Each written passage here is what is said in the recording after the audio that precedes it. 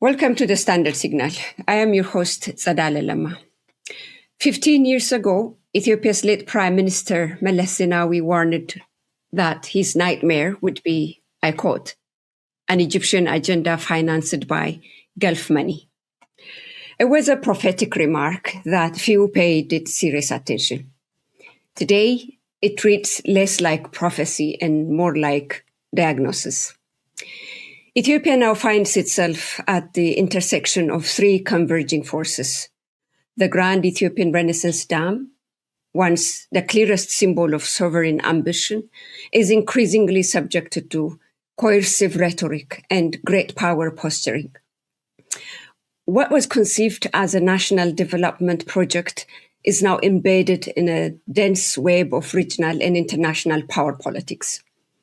At the same time, Gulf money, particularly from the United Arab Emirates, has moved beyond emergency financial support into deep strategic alignment. What began in 2018 when Prime Minister Abiy assumed power as assistance to stabilize a fragile economy has since expanded into trade, currency arrangements, security cooperation, and diplomatic coordination. This alignment, however, is unfolding as the Gulf state fractures. Saudi Arabia and the UAE are no longer discrete partners. They are increasingly open rivals confronting one another across Yemen, Sudan, Somalia, and the Red Sea. Egypt, Ethiopia's principal adversary over the Nile, is drawing closer to Riyadh and now enjoys renewed political backing from President Donald Trump on the GERD file. Against this backdrop, Jawar Mohammed has recently argued that the Horn of Africa has, I quote him, increasingly lost ownership over its own political destiny and become largely subordinate to political rivalries originating in the Middle East. Decisions of war and peace, Jawar warned, are no longer primarily made at home, but negotiated elsewhere and ratified domestically. The central question then is no longer whether Ethiopia has partners. It is whether Ethiopia is ready to navigate these rivalries or is forcibly pulled into them. When sovereignty is asserted loudly at home, but negotiated quietly abroad, we must ask, who is setting the agenda? And at what cost? In this episode of the Standard Signal, I am joined by Jawar to examine how GERD, Gulf money, and intensifying regional rivalries are reshaping Ethiopia's strategic reality, and whether Meles Zenawi's nightmare has already arrived. Jawar, welcome back to the Standard Signal. Thank you for having me back. Jawar, it's very tempting to start with asking you, taking you back to the recent, what can I say? I don't even know how to frame it, but I am not interested in getting into discussing a conspiracy theory that saw you at the center of some 3 or 4 or 5 interagency investigations in the US. I know you have given interviews and posted explanation on your private social media account. So disappointingly for many audiences, we're not going to be indulging in that. Instead, Jawar, I started by bringing the prophetic remarks made 15 years ago by the late Prime Minister Meles Zenawi, who said, as I said in my introductory remark, that his nightmare scenario was an Egyptian agenda financed by Gulf money. We'll get to the recent geopolitical realignments because this is one of the topics that I wanted to discuss with you, Jawar, in the Horn of Africa and the issues of the GERD in a little bit. If I can start asking you to share your thoughts on whether, Jawar, today's predicament that Ethiopia finds itself was the result of miscalculation or is of a deliberate political choice. I'm asking you this question, Jawar, especially considering the ruling party's political background that can be traced to a political ecosystem that predicted this nightmare, this exact nightmare scenario. How do we read it? How do we read today's reality, in your view, Jawar? I think it's a mixture of miscalculations, wrong choices, as well as some deliberate planning by the actors. This is not something that happened suddenly. It's something we've been watching. Myself, I've been reading about this thing. I've been talking to key actors from our domestic affairs as well as from the Gulf and other actors. I've extensively traveled to these countries for last 7-8 years. I have met with principals. I've met with people from the diplomatic, the security sides. I think I have fairly good understanding. I think the arrival of Abiy coincided with the emergence of the middle powers, particularly the Middle Eastern middle powers, consolidating their domestic security and economic capability, then starting to look beyond their borders to project their influence, to project their ambitions. Initially, there was no significant competition among themselves. When Emirates took Abiy under its wing from the get-go, by the way, they took him under the wing before he took power. And they fully consumed him, fully controlled him afterwards. If you look at the events of 2018, 2019, 2020, that's when the foundation was laid down. If you remember that huge extravaganza about Emirate coming to uplift Addis with this building of a lot of PR work. By the way, only one building was built in that site. The process of getting the Nobel Prize, then the events leading to the war. You can tell that there is earlier grooming, then there is a marriage, then there is a control. Now we are at a time when is a divorce coming, or is the marriage going to remain solely? So that's where we are. I think two things are happening for our country, which are really detrimental. Two layers of competition are coming that's affecting our politics. One is, as you alluded to it, the great power competition among the superpowers. We are at not only our country, the whole world is being shaken by what's happening.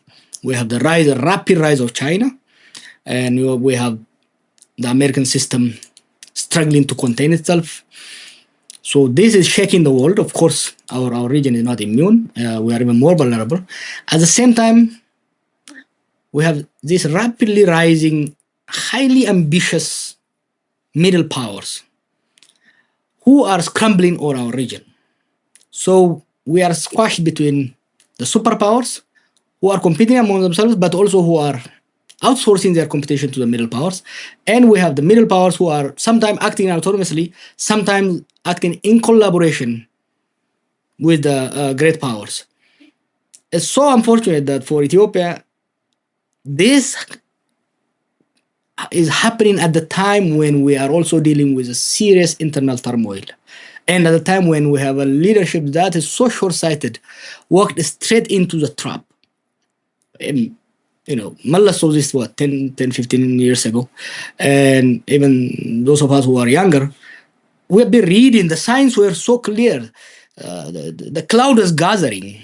It could have been possible to avoid it. But I think we got sucked into it. So it's a mixture of, if I understand you correct, that it is a mixture of miscalculation or of deliberate political choice.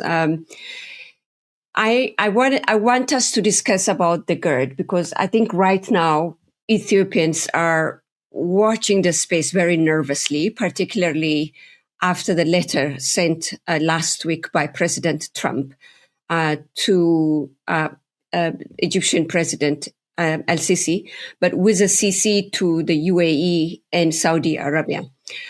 I don't know if Ethiopians understand the magnitude of this moment, Jawar, and I want us to reflect on that one. because GERD has been Ethiopia's most powerful symbol of sovereign agency, right? But suddenly it finds itself in this most aggressive narrative around it. And it's coming from Washington and not Cairo. I'm not doubling down when I ask you again, when we see the area where the Gulf money is influencing the Horn of Africa, including Ethiopia. And at the same time, you have the most powerful person in Washington clearly siding with Cairo. I want you to share with us, what does it mean when a country's symbol of independence is reframed by someone else? What is the danger? What are we looking at of this renewed involvement of President Trump, reframing and asserting GERD's reality in Egypt's favor? What are Ethiopians looking at, Jawar? How can we prepare ourselves for it? Look, this is not a new development. This dates back to 2019 again. The GERD, the Nile politics, was made part of the Abraham's Accord. That's where the issue started. Let me tell you a story. This is in 2019. When Abiy goes to Sochi in Russia, he signs the preliminary agreement with Al-Sisi. He comes back to Ethiopia. I don't know if you remember this incident where he was promised $7 billion, and he comes and he tells us, he tells me actually. And I said, why are the West giving you $7 billion? His answer was, because they like my idea. Which idea? He said, the Madambar idea. It didn't make sense to me. And I went back, I did research, I had a conversation with diplomats and with a different group of people, that we realized that all this thing was connected to GERD. And as you remember, during Trump 1, the GERD issue went from the African UN mechanism, it went to the US. And even in the US, instead of the usual State Department diplomatic engagement, it went to the Treasury. And we had to scramble. A lot of the senior diplomats started to scramble to force him to withdraw from that. What President Trump did now is nothing new. He just resurrected that initiative from 2019-2020. Look, back in the day, we were able to resist because we were relatively stronger. Ethiopian society was relatively stronger. Internally, although we had a lot of political contradiction, we were going through this tumultuous transition, we were relatively okay. So we were able to resist it. But now, internally, we are socially fragmented, politically fragmented. Our security is not where it was. One. Second, diplomatically, in 2019, although the President Trump came clearly on the side of the Egyptians, the push was not that strong. Trump 2 is a lot more aggressive, a lot more assertive, as we can see in different other cases, than Trump 1. Another issue is, in 2019, although different countries for different reasons in the Middle East do kind of politically and diplomatically show some sympathy for Egypt, they were not aggressive. They didn't have a stake in the game to stand against us. Now, we have become part of the Middle Eastern political competition. Ethiopia is clearly on the side of Emirates. It has become the vassal. It has become the state that pretty much facilitates transportation of weapons and soldiers and others, even giving training ground inside our land for the war in Sudan. Saudi is against this. Saudi is trying to squeeze Emirates out of the region. Now Saudi has a vested interest to take side with Egypt. So now we are dealing with Egypt plus US and plus Saudi. That is a powerful coalition. And that's quite resisting and surviving that level of pressure.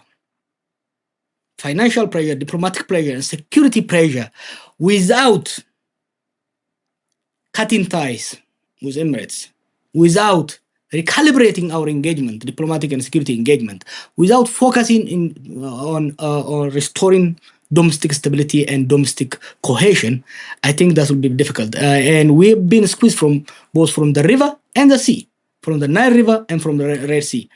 And the political Red Sea that Abiy tried to push, a very short-sighted, untimely push, has helped Egypt to box us between the river and the sea. You know, speaking of this pressure, I think it's important for us to be also remember that in October 2020, President Trump, during his first presidency, has threatened that Egypt would, I quote him, blow up the dam, perish the thought. But in recent weeks, also, he has repeatedly claimed that the US financed GERD. And now this latest letter, which unsurprisingly was also CC'd to UAE and Saudi Arabia, as I alluded to earlier. Now he is saying that he put GERD mediation at the top of his agenda. And also forcibly said during his meeting at the Davos World Economic Forum meeting that he made the claims that the dam stops the flow of the water to Egypt.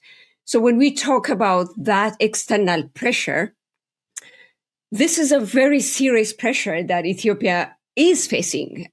I think everybody could agree to that. And at the same time, Jawar, you know, the ruling party asserts that the GERD is a national interest. And there are so many things that are going for a national interest nowadays. And I don't have any disagreement by saying that the GERD is a national interest. I treat it as such. But the party remains mute against this repeated misrepresentation and pressure, Jawar. How are Ethiopians going to get mobilized to even say no, you know, to even revive our slogan that we campaigned for, saying it is my dam? How should Ethiopians protect this national treasure of theirs against this kind of forceful, when the ruling party that is governing the country chooses silence against this kind of assertion? What needs to be done, Jawar, in your opinion? I have a difficulty really taking a stand these days. President Trump repeats that the US financed the project.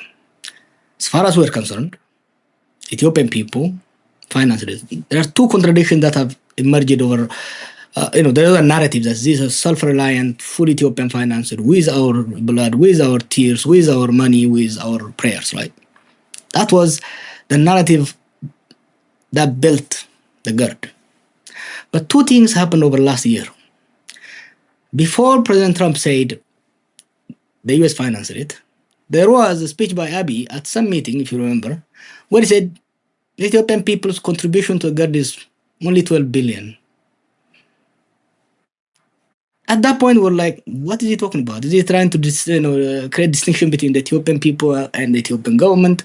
Isn't the government, the money of the government, also money that is generated from the public?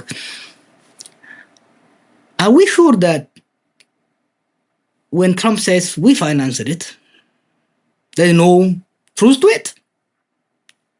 Earlier, I mentioned about this conversation I had with Abiy in 2019, 2020, where he was also publicly saying that they gave us 7 billion to finance this Madam thing. I think there is need for transparency from the Ethiopian government. When they refuse to say anything about it, when it's blatantly saying, we financed this project, the Americans are saying, the American president is saying, we financed the project. If that's not true, why is the government muted? Is there something we don't know? You see, with what's happening over the last 7 years, as I've written about this, I spoke about it, the personalization of politics, the personalization, individualization of our diplomacy. I have screamed about this. Our relationship with Emirates particularly, there was no It's not state to state, it's person to person. Almost our entire diplomatic engagement, the security engagement with external actors over the last 7 years have been, it's a one-person show. Abiy dealing with America, Abiy dealing with Israel, Abiy dealing with Emirates, Abiy dealing with Turkey, Abiy dealing with Azerbaijan, not the Ethiopian government, not the Ethiopian state.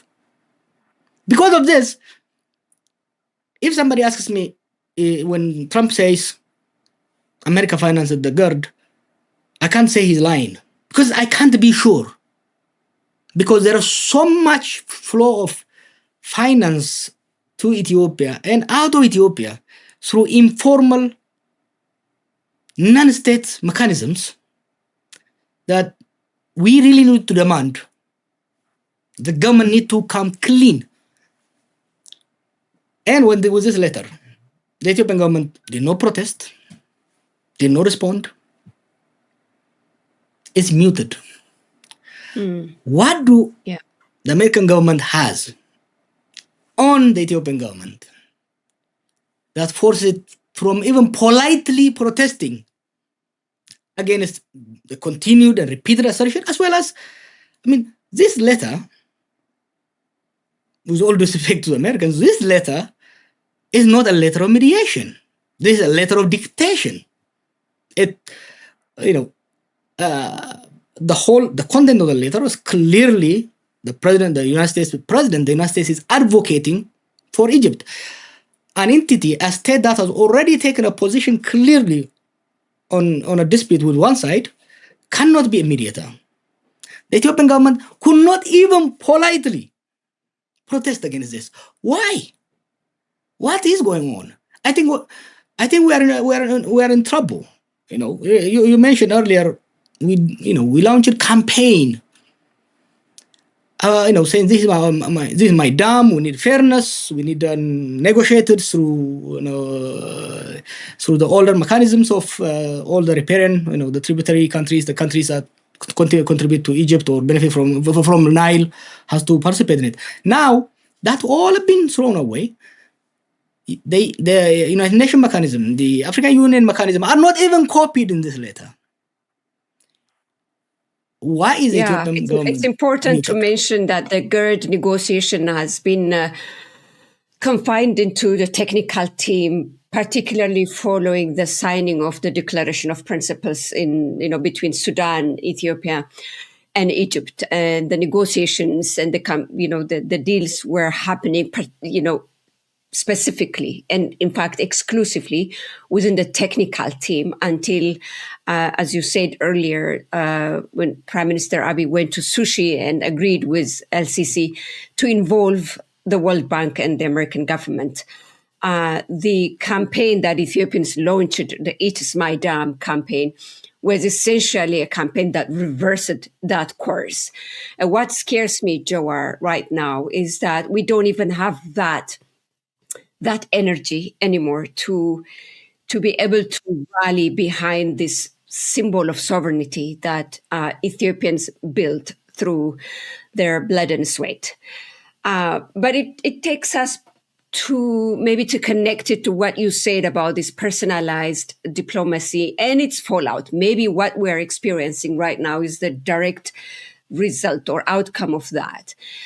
And we have to take a step back, Jawar, and start by reliving what happened in 2018 when Abiy came to power. The UAE started its direct involvement in Ethiopia's affairs by, I think it became the first country to pledge $3 billion privately to the prime minister.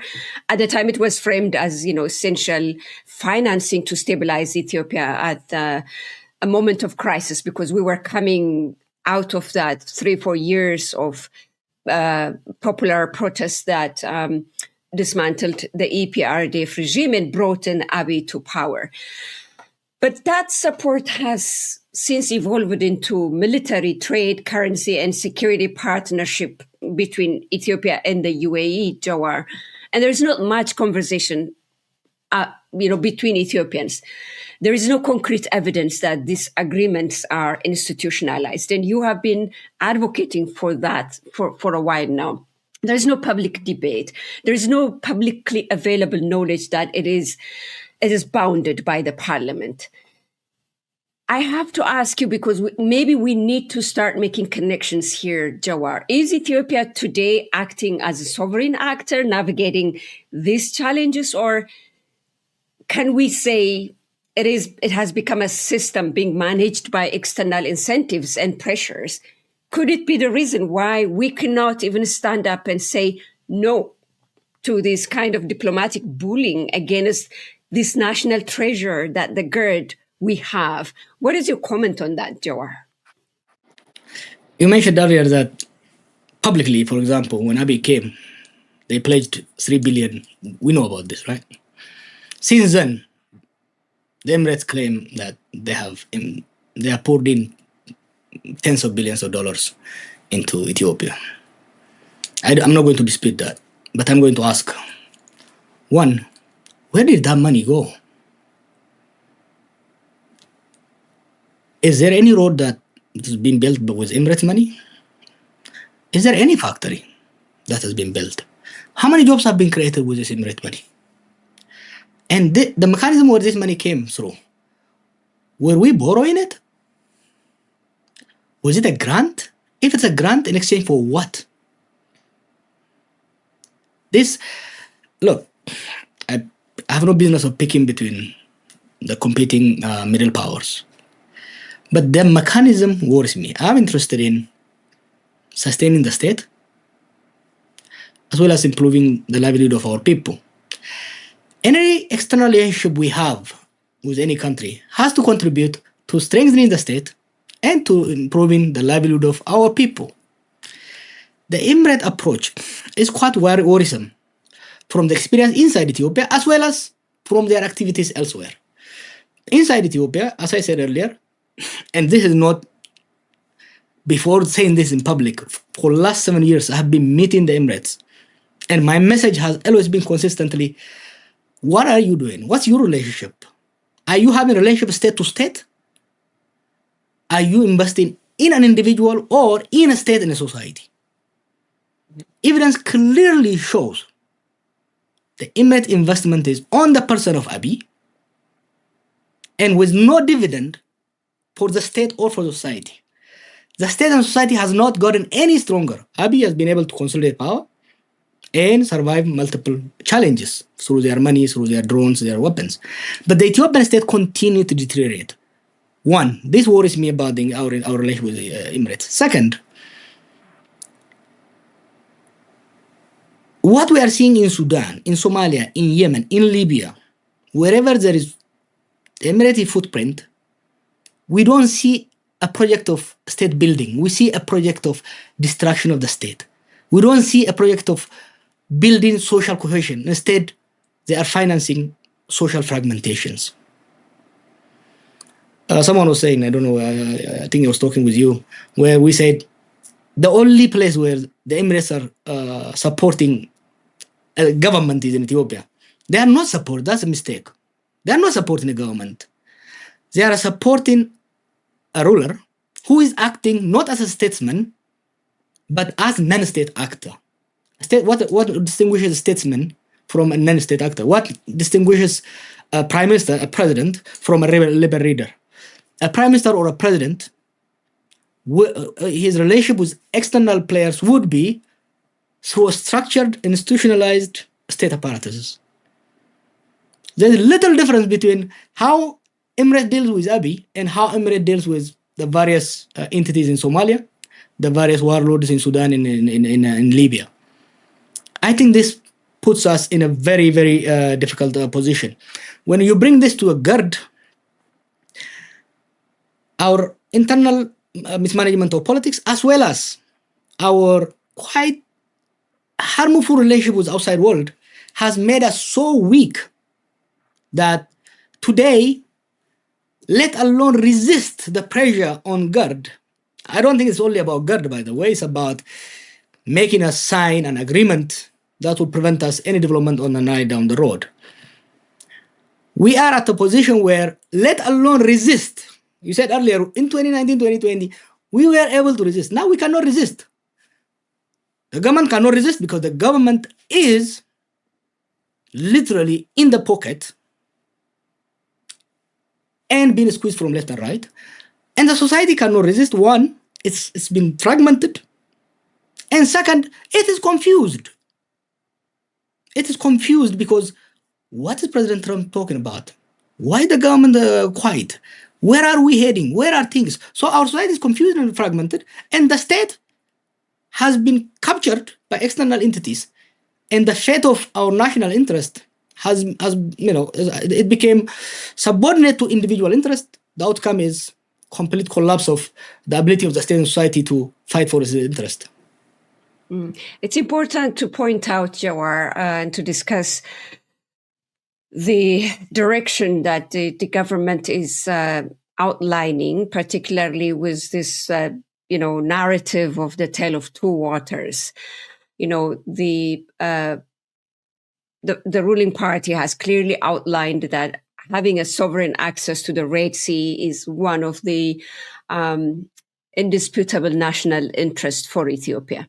Now, we briefly discussed about this with you when you first appeared in this podcast, Jawar, that you are of the view that there is no Ethiopian that would dispute for Ethiopia to have access to unimpeded access to port use and to diversify it is commercial, usage of ports other than Djibouti. I think Ethiopians in general agree with that, and we agree, and I agree myself. But Jawar, I don't know how we can frame this intersection that the ruling party created of the tale of two waters, which is the GERD, the Nile water, which is the source of the GERD, and its ambition to access the Red Sea. Jawar, do you see a complication there? Do you probably see the ruling party for it is stated ambition of having a direct and sovereign access, maritime access to the Red Sea, that it could probably end up compromising the sovereignty of the GERD? Is this a worry that keeps you awake at night? More than on the GERD, even for the survival of the state itself. Look, myself and vast majority of our citizens, we believe we cannot be spectators in the Red Sea, where states small and big, far and near, participate in the Red Sea, Indian Ocean security and political theater. We cannot be spectators. We cannot be spectators because any fallout, any development in that area directly affects us because our entire trade comes through this route. And this is our backyard. This is our sphere. What happens in Somalia or Somalia inland or in the Somali water, in the Djibouti side, in the Eritrean side, does directly affect us. Therefore, we have to have a say. We have to have a say.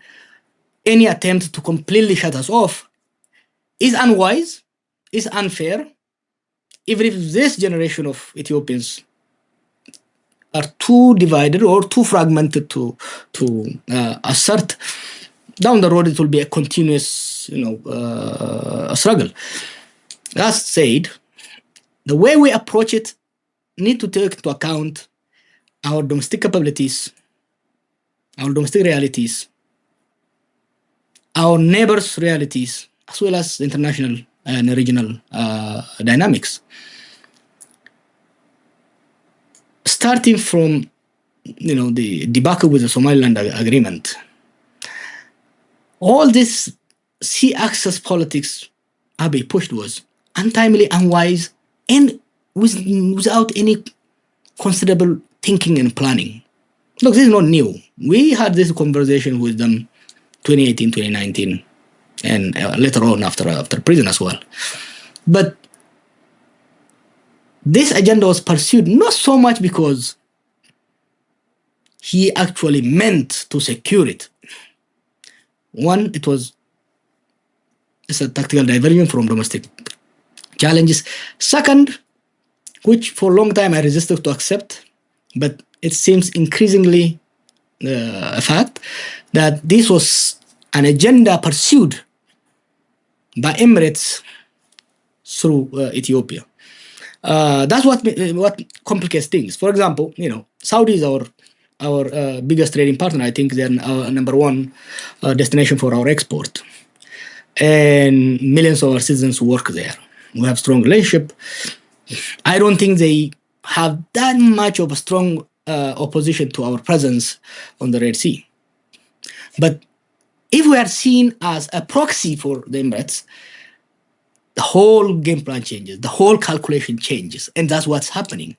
Now, a year ago or 2 years ago, maybe it was the Eritrean government that was accusing the Ethiopia of,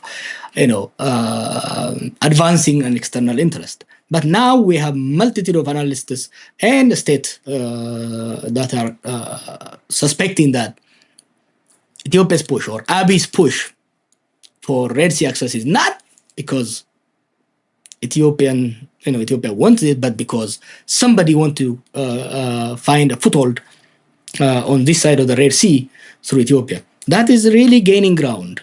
That is gaining ground among analysts, among observers, among diplomatic community in our region and elsewhere. This is complicating, and this has become quite useful to Egypt because for a long time, us and Egyptians, we have been disputing for eternity about this Nile issue. And at some point, we're going to have to come to an agreement. Of course, they have been leveraging their international presence, their international leverage to pressure us for a long time. We have been resisting it by using our domestic unity on the Nile issue, as well as mobilizing our neighbors. Now, back in the day, the only advantage they really had was their influence on international institutions and some great powers. As far as domestic and regional, particularly Africa, was concerned, things were favoring us during Meles, during Mengistu, during Haile Selassie. Now, even regionally, because of this misguided push of access to the sea, which threatened so many of our neighbors. It threatened the Djiboutians, of course, put us into direct confrontation with Somalis. It even scared the Kenyans. With the support for RSF, we alienated the Sudanese. Now, almost all our neighbors are fearful of our aggressive approach. They are forced or they are pressured, they are cornered into taking side with Egypt. So regionally, our neighbors are now taking side with Egypt. Across the Red Sea, Saudi is now taking side with Egypt. Internationally, we have the Americans taking side with who is supporting us. Even Emirates, I do not believe Emirates will stand with Ethiopia when it comes to the Nile issue. So we are all alone. And when standing alone, we are so fragmented and we have a leadership that's completely lost the game. Mm.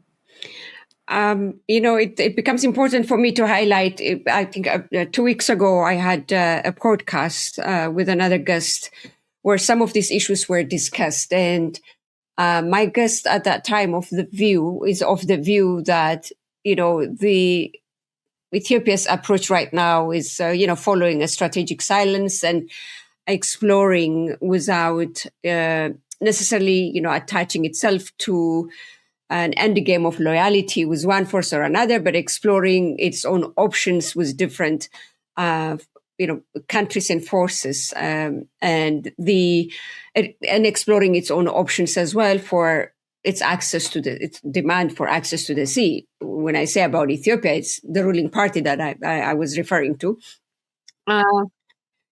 But we are seeing the recent news that is dominating the Middle East and Horn of Africa is the Saudi UAE rivalry, and I don't see in the domestic media, particularly in the highly monopolized media landscape by the state in Ethiopia, to discuss about Ethiopia's exposure.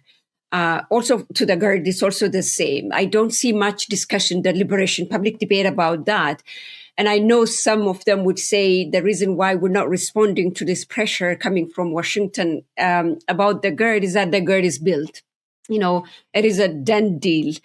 So that is the reason that is given to. I'm just mentioning that one here as a disclaimer. Jawar, the Saudi and the UAE rivalry it has these two countries have moved from managed competition to a very aggressive and open confrontation across Yemen. And it's the same in Sudan and in Somalia and across the Red Sea. This is transforming the regional environment in which Ethiopia operates. And Ethiopia is expressing its need to be present. But Addis Ababa is deepening its strategic alignment only with Abu Dhabi, as it was recently seen in the new strategic document that they have signed a few weeks ago. I think it's fair to say that this is increasingly exposing Ethiopia to the costs of that rivalry. But our diplomatic engagement is not openly discussing that. So I think I have to ask you here, Jawar, is Ethiopia prepared for this rivalry, for this Saudi-UAE rivalry? Do we have the diplomatic instruments to help us withstand this rivalry? What is the best course out of this? Or the best way to discuss this, Jawar, to make it a public domain, in your view? There are two possible answers. One is the one Abiy gave about a week or two ago, when alluding to this global and regional competitions and crisis, he says, in crisis we benefit. That's one answer. My answer is, from this particular crisis, we are going to suffer and suffer severely. Abiy's argument is, when these big forces compete and clash, we will be able to milk it from left and right. That is true if you are not part of the conflict, if you are not already signed up for the conflict, if you are not already perceived as one instrument in that conflict. Abiy and Abiy's Ethiopia are deep in this conflict. It's no secret anymore that Emirates is almost acting like a protectorate for Ethiopia. Ethiopia has become a vassal state to Emirates. And not only in our domestic affairs, but also something the Ethiopian government has resisted for a long time. Has the Ethiopian government been supporting some rebels left and right in history? Yes. But it usually did it on its own accord.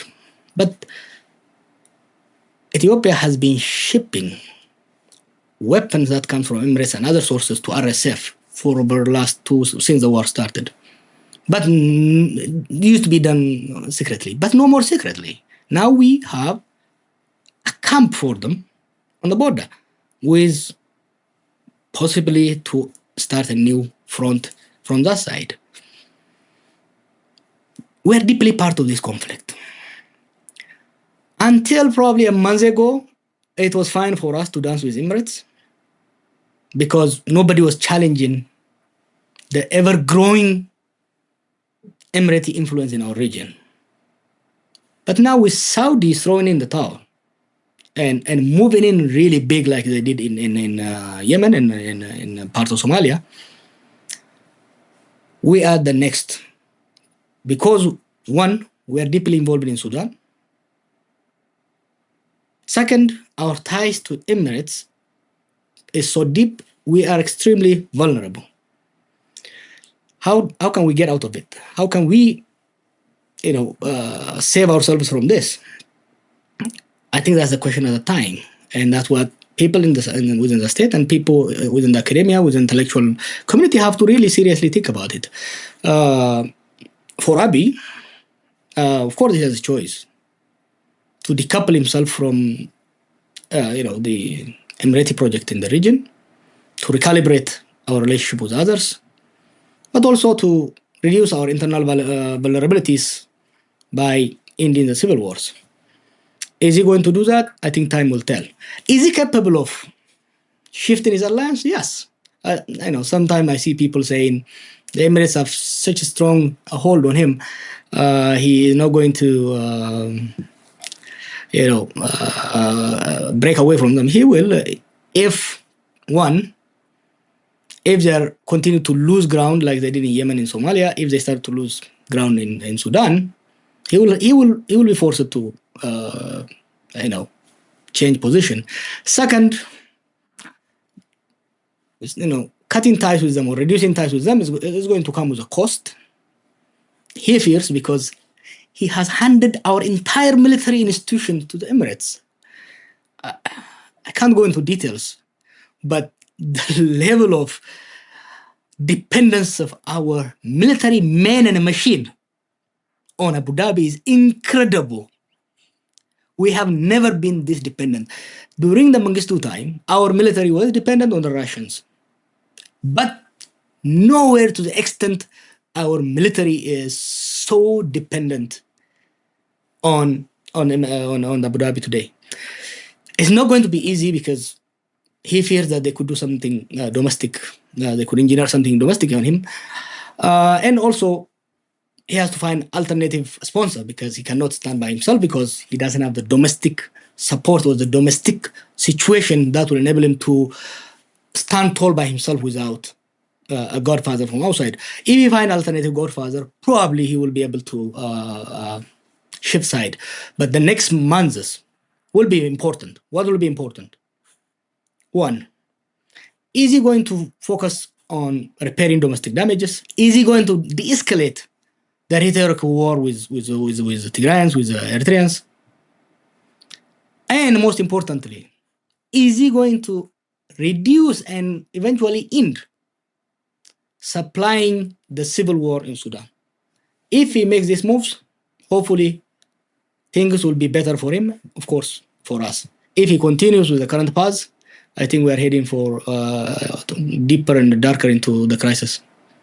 There are two scenarios, Jawar, that are increasingly being discussed among the corridors of the diplomatic community with regard to the latest unfolding in the Horn of Africa and the rivalry of the UAE, the Saudi-UAE rivalry. Some fear that this attack and depositioning of the UAE from its strategic locations, be it in Somalia or in Yemen or in Sudan, is going to lead to two things. One, maybe an increasing dependency on Ethiopia, on Abiy Ahmed's Ethiopia, or an increasing disengagement, both of which are not good news for Ethiopia. This is the discussion point.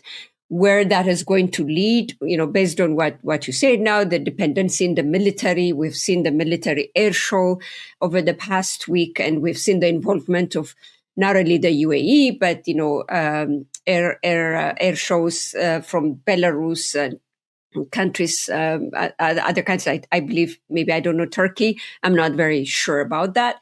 So, based on your analysis now of the depths of its involvement with Ethiopian military, either of these two scenarios are going to bring good news for Ethiopia. But again, these are not issues that Ethiopians are honestly discussing at the moment. Jawar, let me bring you to the article. I'm not going to let you go before discussing domestic affairs as well. I know that the regional issue is much more pressing at the moment, but it doesn't mean that there are no pressing issues domestically. But before we move into that, I want you to reflect on your article, because I find it very interesting about the Horn of Africa, in which I said the region has increasingly lost ownership and agency over its own, political destiny, and it has become subordinate. Yes, we've been discussing about that. Tell me a little bit more about it. Enlighten us more. Particularly when you say like decisions of war and peace are no longer decided at home. Parliaments have become obsolete, and negotiations are done elsewhere and ratified domestically, even in these conditions where parliaments have become obsolete, like in Ethiopia. Just say more about that, if you can, also by adding, actual anecdotes to this analysis of yours. Look, our states, the states in Horn of Africa and East Africa, and Africa at large, they have been, dependent to a large extent on outside forces since independence, since 1960s. There has been some relationship, in the Western African countries, with France, some of them with Britain, others with US, others with Russia, China. But what we are seeing back in the day, during those times, those states who are aligned or who continue relationship with the Francophone states, it was a state to state. It was a relationship between the French government and its counterpart in West Africa. In our side, during the emperor, we had our relationship was, with the West mostly. It was government to government, state to state. During the Cold War, when the Soviets and the Americans were courting, different countries, they were courting governments. They were trying to, they court the governments, they want those governments to adopt their ideology of either communism or capitalism. My point is, it was state to state. They were trying to capture institutions. They were trying to influence institutions and decision-making through institutional mechanisms. What we see with the current middle powers is quite different. They identify individuals, and they cultivate relationships with those individuals. They try to advance their interests through the individual by fulfilling the individual's ambition, material or political ambition or security ambition. Because they found it. Why? The question is why? Why are they doing this? I think they found it much cheaper. Just like in 19th or 18th century relationships, they found it cheaper and more expedient to advance their material and security interests by co-opting a specific general or a specific political leader instead of working with the whole machinery of the state. Having said that, let me give you some anecdotes. Take Somalia. The middle powers did not really lead to the collapse of Somali state, but the middle powers have played a significant role in preventing the Somali state from reconsolidating centralized governance. How? Every regional president has a patron across the Red Sea. And they also create a relationship with whoever is going to come next. I've been observing that what was happening in Somalia for a while, basically since 2018 or even before that. Any major development in Somalia usually is preceded by some gathering across the Red Sea, either in Doha or in Abu Dhabi. The same has been happening in Ethiopia.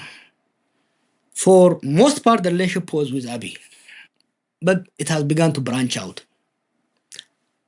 Our entire senior military leadership travels to Abu Dhabi at least twice, 3 times a year. Do you know, almost none of our generals get treated elsewhere.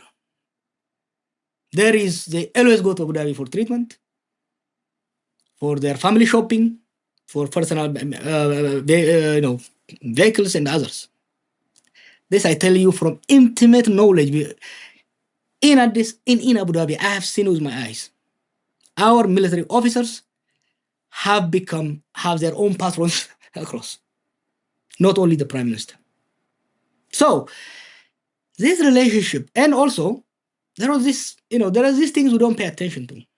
About 6 months ago, the entire leadership of Oromia regional state were shipped to Abu Dhabi for training, but there was no really training. It was a co-optation mechanism where they established, it was almost a recruitment effort on behalf of Abu Dhabi to capture these people. This is actively happening in Ethiopia, but it already happened in Sudan. It already happened in Somalia. Now, I think Ethiopia is the last frontier where they are now branching out beyond the Prime Minister's office into the regional states to capture state and society, not as a whole, but in its fragmented manner. I had a conversation with them, with various entities. And I have conversation with Western leaders, Western diplomats, Eastern and others. What makes so different conversation you have with these people is when they talk to you, it's never about politics. It was never about a country. It's never about Ethiopia or Oromia or anything. It's about you. What do you want? What can we do for your family? What can we do for you? So I think this approach is really what's fueling what's happening. As we said earlier, I think we are in a deeper problem. We are not really talking about it. It became hush hush because many of us were trying to figure it out. There is also it's also it's also intimidating and scary the level of their infiltration, but I think it's getting late, and we have to discuss and we have to debate about it. I am not against relationship with Emirates or Saudi or others, but those relationships, whether it's with Eritreans or Sudanese, it has to be official, it has to be institutionalized, it has to contribute towards our state building, and it has to contribute towards improving the well-being of our people. If we don't do this, I think it just exacerbates the suffering of our people on the road. It is with this backdrop, Jawar. Before I let you go, I want you to comment on domestic affairs.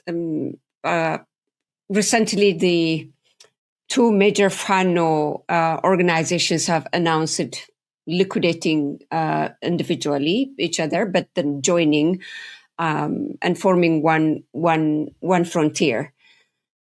I don't know if you have provided your comment analysis about that, but where do you see this decision leading towards, given that the conflict in the Amhara region is entering its third year and the playbook is the same? We have seen the same playbook playing out in Amhara region that was playbook from Oromia region that playing out in Amhara region. The regime is repeatedly saying that they are wiping the rebels out, the armed groups out in the next 1 month and 3 months and 10% and everything. Oromia has entered its 8th year now since the conflict in that region started. I think the trajectory for the Amhara region is also the same. The playbook is the same. But this announcement may shift things. I don't know what your reflection is about that, Jawar, or how closely you are following that development. Your comments, please. Yes, I've been following. I think, look, these rebel groups, whether in Oromia and in Amhara, them coming together more than impact on the battlefield, I think it has impact politically. I'm of the view that modern insurgency is different from older insurgency of the OLF and TPLF and EPLF days. That was, some strong radicalized, nucleus group getting radicalized in universities. They go to the jungle, then they branch out, they grow, and they maintain, centralized control over evolution of the insurgency. Modern insurgencies, both in Ethiopia and Middle East, elsewhere, they are an outcome of popular uprising, and they don't have, they don't have a centralized origin. Actually, they have a decentralized origin because these young people who were protesting, who were engaged in popular protest, when the repression comes, they go to the jungle. So they have strong local autonomy. They have strong operational autonomy. They have common objectives, and they share branding, whether it's oil or Fano, and some symbols. Actually, being decentralized has made these insurgent groups quite effective because they are accustomed to the terrain, they can be flexible, they can be pragmatic, they have given the government quite a difficult time by not being centralized. By not being centralized, even when the government co-opts commanders, the soldiers remain in the jungle. So the effort to re-centralize or centralize the Fanos or the OLA, its impact is not so much on the war. But I see it as a positive development for the future. When you have so many fragmented rebels finding a political settlement, which is ultimately the solution, which is ultimately how we are going to end these wars, it is better to have a centralized, politically unified rebel group other than having 10 Fanos or 10 OLS or 10 TPLFs. It's better to have have them in compartmentalized in one group, so that when we come to the table, when the time arrives to come to the table, we will be able to reach political settlement as a bloc without having different groups competing and playing spoilers in peacemaking process. So I'm encouraged that they have moved to that level. As far as the war is concerned, again, this domestic look, there is no way the government can defeat these rebels. They cannot. The rebels in Oromia are entrenched. The rebels in Amhara are entrenched. They control the vast area of the rural part of the country. They are emerged as key influencers of security and politics in their respective regions. Having them on the table, not through retail, not through one-on-one, but as a bloc will be necessary. I see it as a positive development. Jawar, thank you very much. I hope that positive development, what you're referring by that positive development is that it makes it convenient or easy for negotiated settlement. We're headed towards an election. I don't know how that negotiated settlement is going to come, but that will be a topic for another podcast. Thank you for joining me for this one, Jawar, and I hope to see you again to discuss. We're having an election, so I'd like to have you back to discuss about the upcoming election, because your party somehow is participating. So this would be a topic for the next podcast, Jawar. Thank you for this one, and have a wonderful time. I don't think we should waste our time discussing elections. We have other much more pressing priorities down the road. Anyway, it's good to be back, and you're doing a wonderful job. Keep pushing. I think this is a much needed discussion, and I think other people should also join you to air their perspective, because we are, as I said, we're facing some serious challenges down the road, and the more we discuss and brainstorm, the better it is for us. I hope so. Thank you, Jawar. Thank you.